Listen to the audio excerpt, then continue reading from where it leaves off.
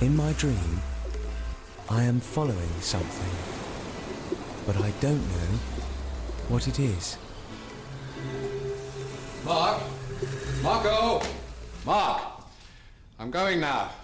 Of course, if you have no idea what your dream means, Mark, then following it will be I difficult. want you to do something while I'm away. Use your time. Which isn't something that you can tell your dad.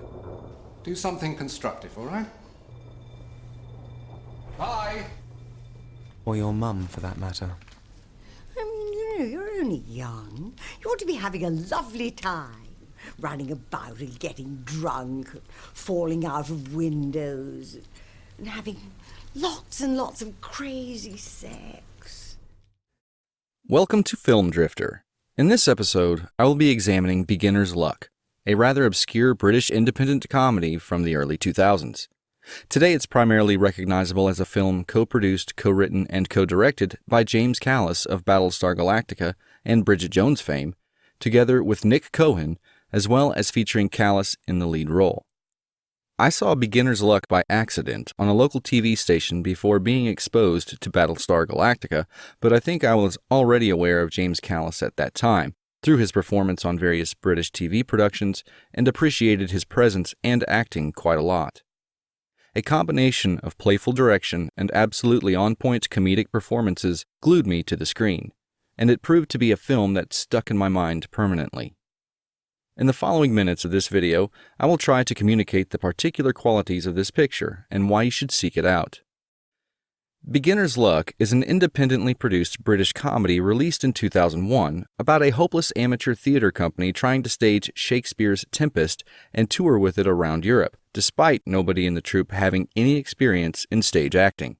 It begins with Mark Feynman, played by James Callis, supposedly a school leaver, coming up with the idea of staging Shakespeare's Tempest in a flash of inspiration.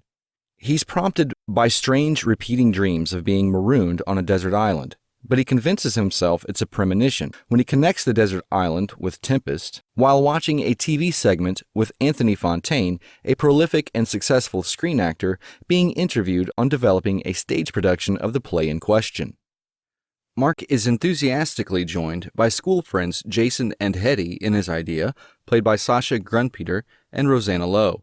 He places an ad in The Stage, but having no funds to finance the play, advertises for actors looking for magic and willing to contribute to the cost of the production.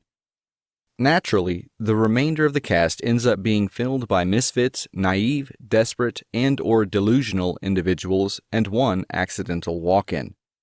After losing a key member of the cast, they are quickly joined by a mysterious replacement, Anya, played by Julie Delpy. What follows is a train wreck of a tour, starting in a London striptease club, continuing with a trip to Edinburgh, and finally ending up in Paris to find no audience.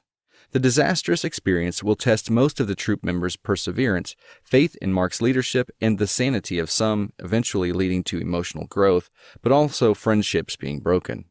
The script is actually based on true events on the experience of the film's writers, James Callis and Nick Cohen, being part of a similar traveling theater troupe years ago. It takes a playful, improvisational, and comedic approach to the story, but also doesn't shy away from being bleak and rough, presenting an uncommon dichotomy. On the surface, it might appear like an all-too-familiar mockumentary indie sort of shtick, but the quality of writing and the previously mentioned rather challenging dichotomy of comedy and tragedy, or realism if you will, make it stand out from other similar-looking films. It is definitely a film that warranted more attention and positive feedback than it received in its time. Beside one unfairly negative review on IMDb and a solid review on BBC's website that survived the passage of time, there is little actual feedback to be found on this film on the web, and hopefully this review can help bring more positive attention to it. The film opens up with a mockumentary-style segment featuring characters talking into the camera like they're being interviewed about the experience of this failed amateur theater tour, intertwined with segments of our main character, Mark Feynman, frantically running around some canned lobby and seemingly badgering potential producers. This all eventually connects at the end of the film, but the audience can't make sense of it in the beginning. Perhaps such an introduction feels slightly disorienting, but it sets the audience up for a sort of improvisational, open-form tone of the rest of the film. As far as film language is concerned, the film doesn't overdo this approach.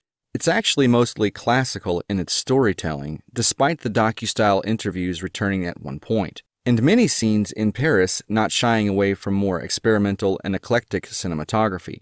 It's funny that those opening segments were in fact shot before and after principal photography as later additions, but actually blend very nicely with the rest of the film. The film is much more challenging in its unrelentless realism than with its cinematography, which might appear a bit undisciplined in parts.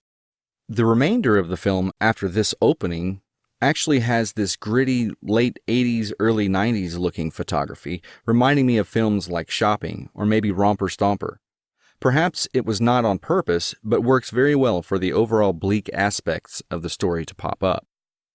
The initial gathering of the troupe by the main trio sets up our low expectations for what is about to happen to their traveling theater project, but their zeal and blind ambition remain charming and somehow compel us to root for the troupe's impossible success.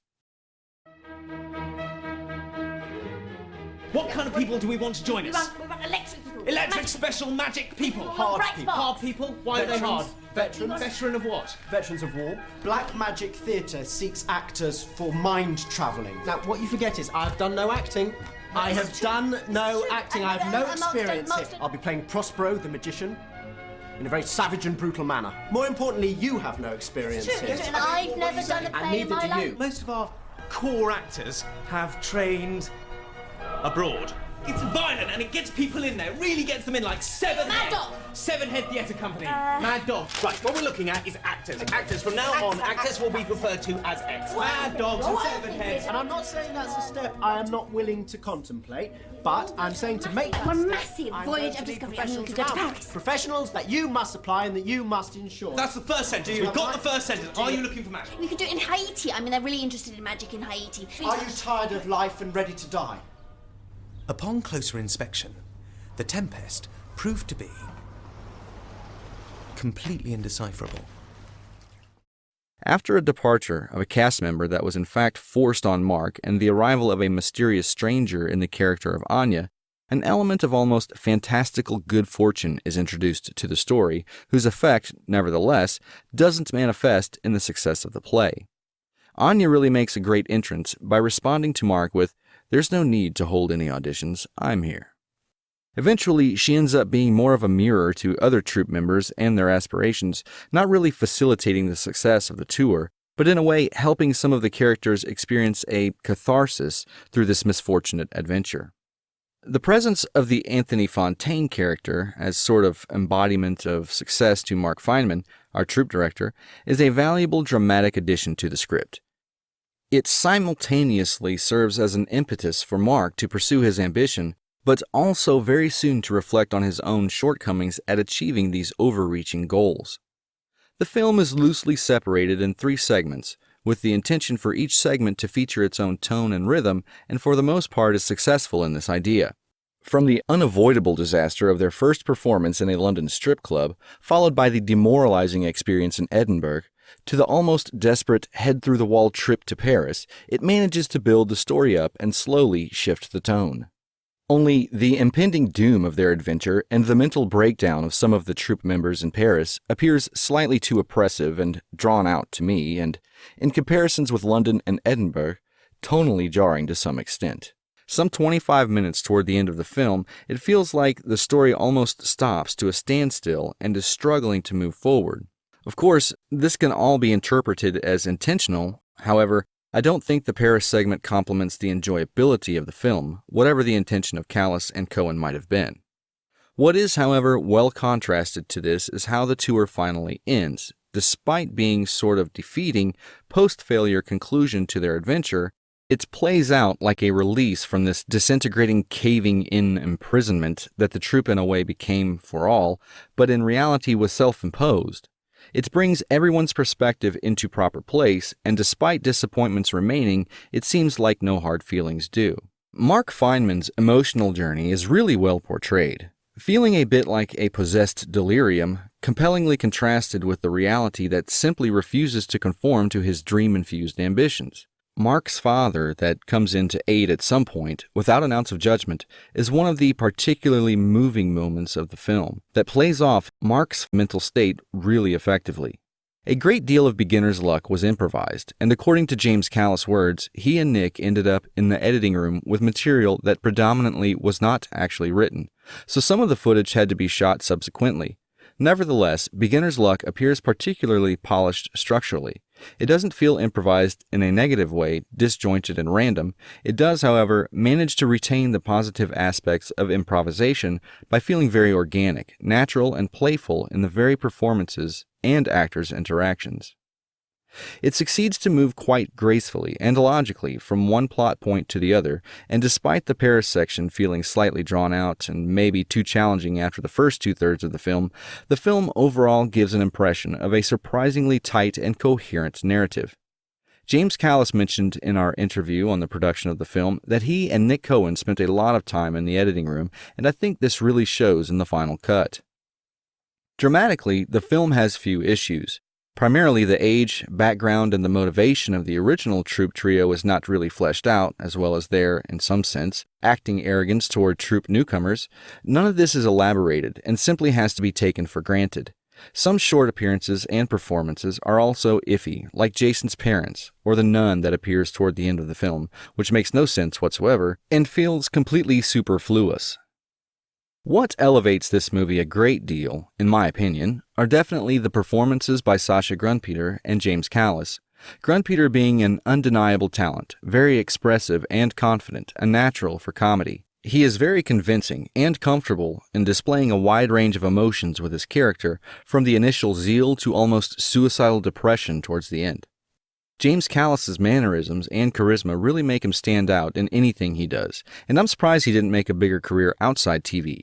He carries a similar load as Sacha Grunpeter in this picture, brings in his own emotional arc, appears equally committed as Grunpeter to his performance, and, what is always tricky for an actor directing himself, is very disciplined and controlled in doing so. Not that other performances are lacking. It's actually a group of very eager and excellently casted actors, quite charming and natural, but perhaps the script itself doesn't allow them to fully showcase their talent. I think Julie Delpy had a quite difficult job with playing Anya, which is a very light character, almost a non-person. That had to be performed very subtly. But she manages to pull off a curious balance of an almost supernatural being and an obviously seasoned, unscrupulous, street-smart woman. Finally, cameos by Steven Berkoff and Christopher Casanova are really on point and very funny.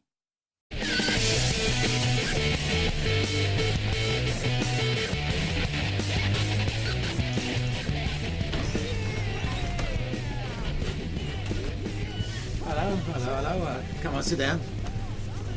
It's nice to meet you. What do you call yourself? The Vagrant Theatre Company? It's Vagabond, actually. Is it? Oh, right. Okay, then, the Vagabond Theatre Company.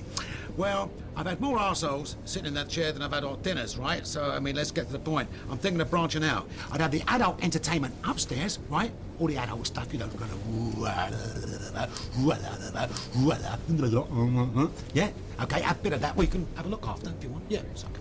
And then downstairs, I'll have the culture. So, yeah, anyway, did you bring the money? The deposit? I don't know anything about a deposit. This is a good club. This isn't the centre of town. What do you mean you got no deposit? Oh, he's got to be a made of man. Oh, Damon's all right. See, you're winding him up. He's got to have a go at you, isn't he?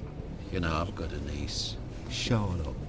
And she's a bit of a star. She's got talent coming out of her. Never mind, but she's got a lot of talents. I'll act as the agent. I'm sorry, but really, we have to audition everybody before they come into the company. But I will certainly audition your niece, Charlotte. How does that sound? No, don't fucking interrupt me. You fucking interrupt me again, and I shall ram this ring right up your fucking arse until it comes out of your nose like a nose ring. You get it? All right, now piss off. It's simply one of those movies that manages to convey with ease that it was a labor of love of most involved in the production. The film's score consists of an eclectic mishmash of pop, techno, and even classical pieces, but they feel very fitting for specific scenes, and the cues don't really chafe one against another. It is noticeable that there is no overarching musical theme throughout the picture, but one doesn't feel needed. What does pop out are excellent musical numbers by World Party, Beginner's Luck being my introduction to them. You were out on the beach screaming that we are a human race. There was someone who was watching. There is definitely an underlying, quite positivistic message to Beginner's Luck. Despite this uneducated ambition leading to embarrassment and comically tragic situations, in the end, Mark doesn't give up and actually builds on this experience. Maybe to a new disaster, but his determination and reasoning are definitely infectious. It kind of reminds me of Gary Vaynerchuk and his love the L mantra. In that sense, the writer's approach to show this experience in its true color is even more commendable. All in all, the challenging dichotomy of comedy and harsh realism, earnest ambition and disheartening failure, curious sprinkles of seemingly fantastical events and characters, improvisational and playful tone, tight editing, great performances, and overall a satisfying ending definitely make Beginner's Luck a worthy object of interest. Especially if James Callis is an actor you admire and/or like. It's a film that deserves and will reward your attention. As far as official releases of the film, there is an UK and Dutch DVD edition of this film, both about a decade old, that are still available on Amazon, eBay, and a few other online shops. It's also listed on Amazon Prime Video, but I'm not sure about availability across the globe. It does look like a film that might be difficult to find in the near future. Thank you for tuning in for another episode of Film Drifter. I have a few very exciting ideas in the loop, but for the next episode, I hope to be able to compile my retrospective of Solaris, the novel, and Tarkovsky's and Soderbergh's adaptations. Stay tuned and drift well. So this was the Playhouse. Andrew Fontaine made it look so easy. Have you ever wondered why, in the middle of the night, that a candle lit shy should attract a passing moth? And though you try and... He was so relaxed, so in control. Don't worry, Mr. Fontaine. We'll soon have this under control. Let's take it from the top. I realized I had nothing in common with Andrew Fontaine. Concentration. I was completely out of my depth.